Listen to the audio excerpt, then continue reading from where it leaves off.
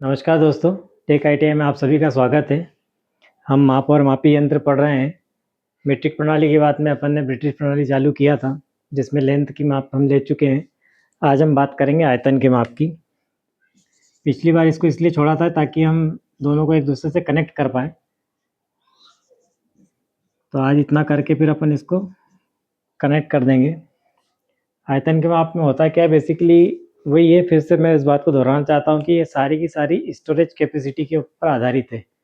जैसे हमारे घर में बाल्टी और टम्बलर होते हैं ना, तो वैसे ही जो भी आइटम उन लोग बोलते होंगे भरने के लिए लिक्विड को, तो उन्हीं के नाम से इसका नामकरण हुआ है।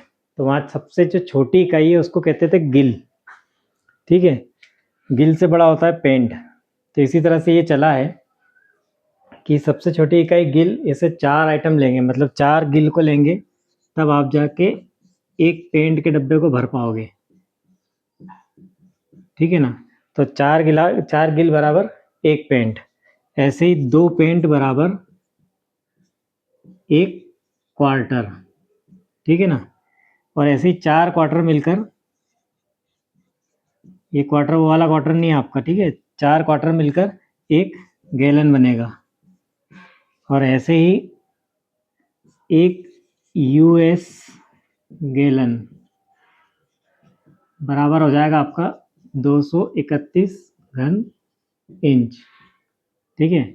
और 7.48 यूएस गैलन होगा आपका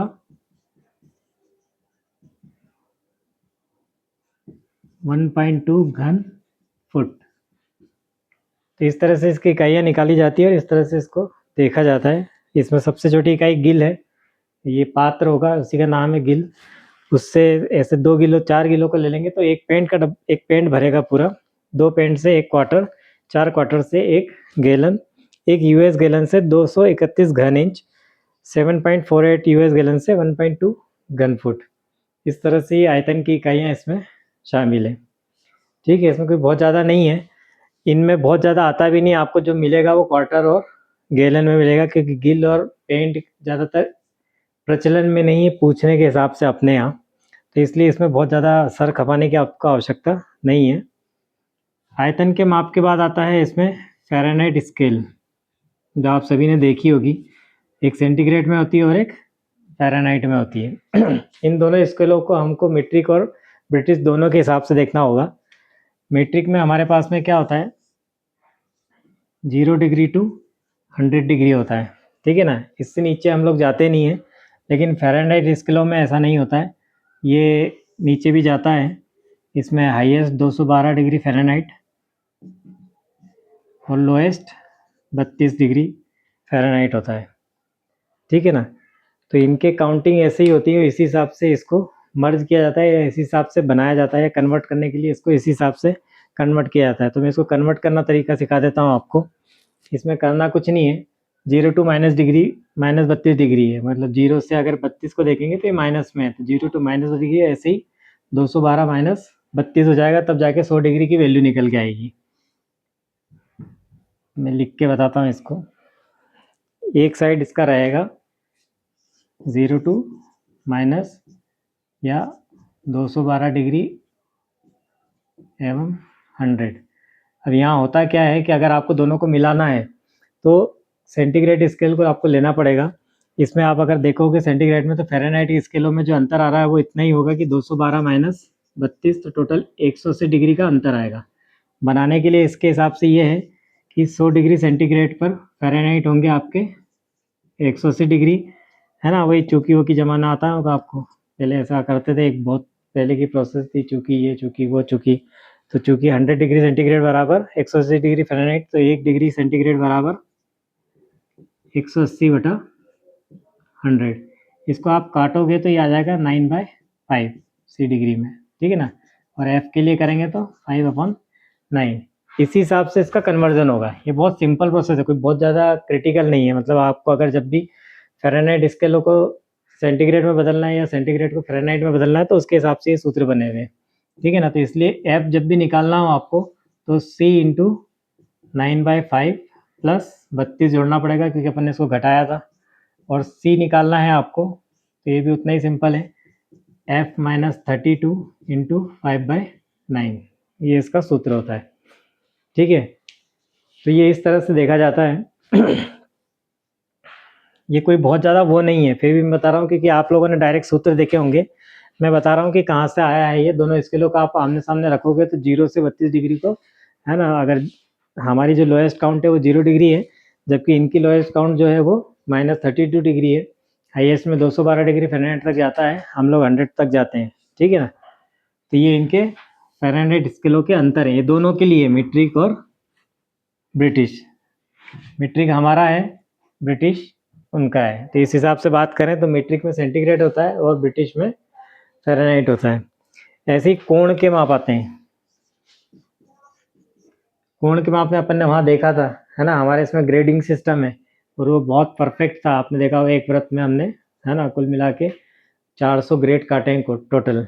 हर समकोण में 100 ग्रेड है, फिर 100 ग्रेड के 100 मिनट, 100 मिनट के 100 सेकंड, मतलब बहुत बारीकी से इसको डिवाइड किया है। जबकि इन लोगों ने ऐसा कुछ नहीं किया है, इन्होंने एक पूरे सर्कल को, एक व्रत को इन्होंने 360 डिग्री में डिवाइड किया है। मतलब एक व्रत कितना होता है, 360 डिग्री सेंटीग्रेड का। ठीक है, जबकि 1 डिग्री की वैल्यू कितनी है इसमें, कितनी है 1 डिग्री की वैल्यू?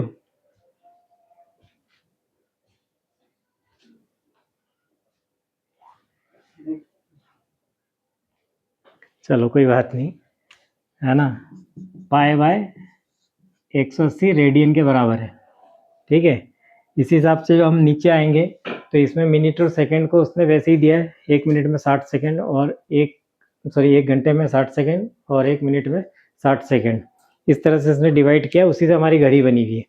हमारे पास में इसी का है, क्योंकि ये बाद में जाके आगे बन के 57.3 रेडियन हो जाता है। और ये एक्चुअली हमें टेपर के जो सूत्र आते हैं उसमें लगाने के काम में आएगा।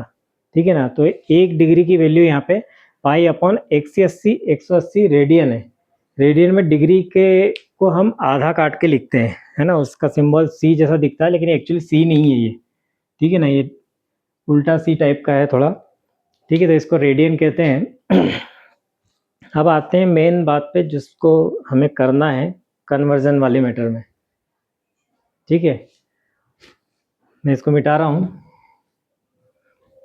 थोड़ा जल्दी जल्दी करवा रहा हूँ क्योंकि समय की बड़ी शॉर्टेज है, वीडियो भी बहुत कम उसमें बनाना है और टाइम ज़्यादा हो रहा है, इस वजह से। अभी मैं एक चीज़ समझा रहा हूँ यहाँ पे कि अभी हमारा जो मूल उद्देश्य, जिस वजह से अपन ने इस टॉपिक को छोड़ा था, वो टॉपिक ये था कि हम रूपांतरण को कैसे करें। क्योंकि जब तक हम किसी से किसी को कनेक्ट करें, मतलब इंच को mm से कनेक्ट नहीं करेंगे, तब तक हमारा जो रूपांतरण वाला चैप्टर है वो कंप्लीट नहीं होगा। ठीक है ना, रूपांतरण के लिए मैं आपको पहले भी बता चुका हूँ, इसमें बहुत सिंपल सी स्टेज है, बहुत ज़्यादा दिमाग खर्च करने की ज़रूरत नहीं। लेकिन हाँ, मैं एक चीज़ बताना चाहता हूँ यहाँ पर कि प्रोसेस में सबसे पहले इंच बना है, क्योंकि गेयर वगैरह जो भी है ना, वो इंच में बने। ये बात मैं इसलिए बोल रहा हूँ क्योंकि हम जिस चीज़ की बात कर रहे हैं या हम जिन ग्रेजुएशंस की बात कर रहे हैं, वो ग्रेजुएशन बेसिकली हमारे रूल्स पर काटे जाते हैं और इनको बनाया जाता है स्टैंडर्डाइज्ड तरीके से। तो उसका तरीका है कि मशीनिस्ट में एक चैप्टर है मिलिंग मशीन का, उसके अंदर आप जाओगे तो उसमें गियर कटिंग एक चैप्टर आएगा। उस चैप्टर के अंदर ग्रेजुएशन काटने का भी एक चैप्टर है, मतलब स्टील वूल पे जो ग्रेजुएशन काटे जाते हैं उसका एक चैप्टर है। इसके लिए पूरी कैलकुलेशन होती है, कैलकुलेशन के हिसाब से गियर निकाले जाते हैं और गियरों को मर्ज करके मशीन में लगाया जाता है और फिर उसको डिवाइडर से डिवाइड किया जाता है। ये डिवाइडर जो शब्द यहाँ पे यूज़ हो रहा है, ये इंडेक्सिंग है वहाँ पर।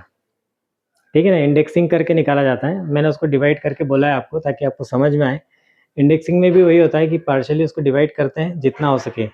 गियरों के परफेक्ट रेशो नहीं निकलने के कारण क्या होता है, आखिरी की जो लाइनें हैं वो थोड़ी सी छोटी या पतली बन सकती हैं, ऐसा होता है। ये इसको ऐसा देखो आप कि अगर आप घर में तरबूज लाए हो तो तरबूज को आपको बाकायदा हिस्सों में काटना है, तो काटने के दौरान क्या होगा कि आप उसके स्लाइसेस करोगे तो हो सकता है कि परफेक्ट साइज़ में आप उसको ना काट पाओ।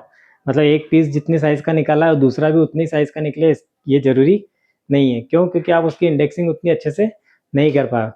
जबकि मिलिंग मशीन में जब इंडेक्सिंग की जाती है तो वहाँ पर होता क्या है बेसिकली कि गियर प्रॉपर लगाने के बावजूद कुछ गियरों को आइडलर के तौर पे लगाना पड़ता है, तो थोड़े से इंडेक्सिंग में प्रभाव आते हैं, जिससे लास्ट की कुछ लाइनें हो सकता है कि पतली हो या बिल्कुल महीन निकल के आए।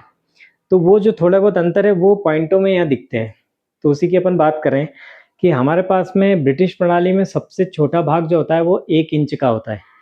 1 इंच के अंदर हम एमएम के हिसाब से जब कैलकुलेशन करेंगे, वहीं अभी फिर से मैं बात कर रहा हूँ कि ये जो प्रोसेस है दोनों को मिलाने की, मतलब आपको inch to MM, MM to inch convert करने की जब बात आती है, तो वहाँ पर क्या होगा कि स्केल के अंदर 1 इंच की लाइन है, उसको जब सिंपली डिवाइड करना है तो आप आसानी से डिवाइड कर लोगे कि 10 भागों में डिवाइड करना है, 12 भागों में डिवाइड करना है, 14 भागों में डिवाइड करना है, किसी भी भाग में डिवाइड करना है तो आप आसानी से डिवाइड कर लोगे।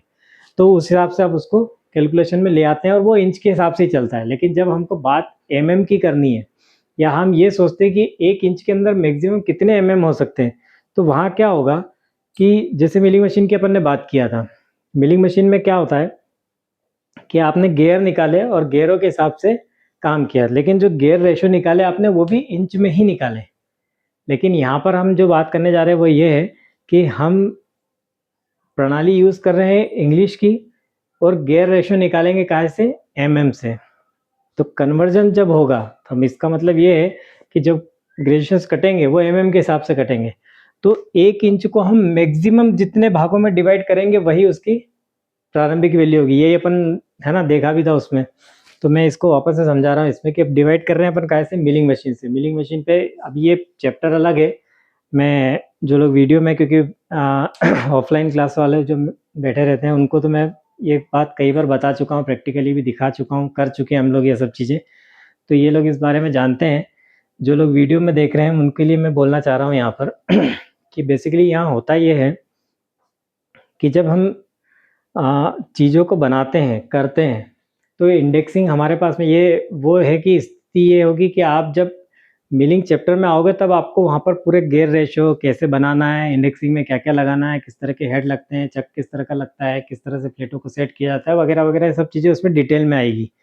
तो वो जब चैप्टर आएगा तब मैं आपको बताऊँगा। इसी में हम क्या-क्या प्रोसेस से इंडेक्सिंग करते हैं या किस प्रकार से ग्रेजुएशंस काटते हैं, स्टील रूल पर कैसे ग्रेजुएशंस काटते हैं। जो स्टील रूल आप देखते हो, है ना, आप लोगों ने देखा होगा, स्टैंडर्ड स्टील रूल जो होता है उसके अंदर ग्रेजुएशंस कटे होते हैं। ये ग्रेजुएशंस को बाकायदा मशीन पर काटा जाता है। मैं उसी की बात कर रहा हूँ, है ना। हमारा उद्देश्य सिर्फ दोनों को जोड़ना ही नहीं है, ये भी बताना है कि कैसे होगा। क्योंकि एक चीज़ है कि मुर्गी पहले आई या अंडा, इसका तो शायद जवाब बहुत क्रिटिकल हो सकता है, लेकिन हमारी चीज़ों का आंसर है कि पहले प्रैक्टिकल हुआ और उसके बाद में उसकी थ्योरीज बनी, है ना। जिन्होंने भी प्रैक्टिकल पहले किए होंगे, कर करके देखे, उन्होंने उसको किताबों में उतारा है। तो उसी हिसाब से अपन बात करें कि एमएम या इंच के दोनों के बीच का जो डिफरेंस है या दोनों को एक दूसरे से जोड़ने का जो तरीका है वो इसी से निकलता है कि जिस तरह से हमने ग्रेजुएशंस काटे हैं, तो 1 इंच की दूरी में हम एमएम कितने काट सकते हैं, ठीक है ना। तो मिलिंग मशीन पे करके देखा गया तभी जाके इसका आंसर आया है। तो ये 1 इंच की दूरी है और पूरा गियर रेशियो वगैरह सेट करने के बाद में जब मशीन पे इसको लगाया गया, स्लीटिंग सा कटर हमने पतला वाला लगा लिया है, उसके साथ में ग्रेजुएशंस काटे जा रहे हैं, तो काटने के दौरान इसमें टोटल जो लाइनें आएगी एमएम की, है ना, तो इस यहाँ इस सिरे से इस सिरे तक जो टोटल लाइनें होगी वो होगी करीबन 25.4। ये 0.4 है। ये बेसिकली वही बात है जो मैंने आपको कहा था ना कि गियरों का परफेक्ट रेशो नहीं होने के कारण या गियरों के स्टैंडर्ड रेशो के कारण हो सकता है लास्ट की कुछ लाइनें बिल्कुल पतली निकले, जो स्टैंडर्ड लाइनों के हिसाब से ना दिखती हो। तो इस दौरान देखा जाएगा कि 1 इंच के अंदर जो टोटल लाइनें आती है वो 25 और कुछ छोटे भाग निकलते हैं, उसमें वो लगभग 0.4 के हिसाब से एक लाइन बचती है। तो इस हिसाब से देखेंगे तो 1 इंच के अंदर कितने हो गए, 25.4 mm। तो 1 इंच की वैल्यू कितनी हो गई, 25.4। इसी को आप उल्टा कर दो, जब हमको एमएम में निकालना है तो आपको इसको डिवाइड करना पड़ेगा, है ना। तो 1 एमएम में आप जब इसको डिवाइड करोगे तो ये आ जाएगा 0.0393 के आसपास, ठीक है ना। तो हम दशमलव के बाद में 4 स्थानों तक ही लेते हैं, हालांकि बहुत आगे है, 397 के बाद में है ना, 3937 ऐसे करके आगे जाएगा ये, पर अपने को इतनी ज़रूरत नहीं है। हमारी ज़रूरत सिर्फ इतनी सी है, हम चूँकि 1 इंच से 25.4 mm या 1 mm से 0.0393 इंचेस देख चुके हैं, तो इसके हिसाब से अब मीट्रिक प्रणाली में वापस पहुँचें और वहाँ जाके मिली, डेज़ी और जितने भी अपन ने नीचे तक निकाले थे, उन सबको एक दूसरे से मर्ज करोगे आप, इसमें कैलकुलेशन में डालोगे तो ऑटोमेटिकली सबकी वैल्यूज़ आने लग जाएगी, ठीक है ना। तो बहुत ज़्यादा क्रिटिकल नहीं है ये, समझने के हिसाब से मैं थोड़ा जल्दी जल्दी बोला हूँ आज।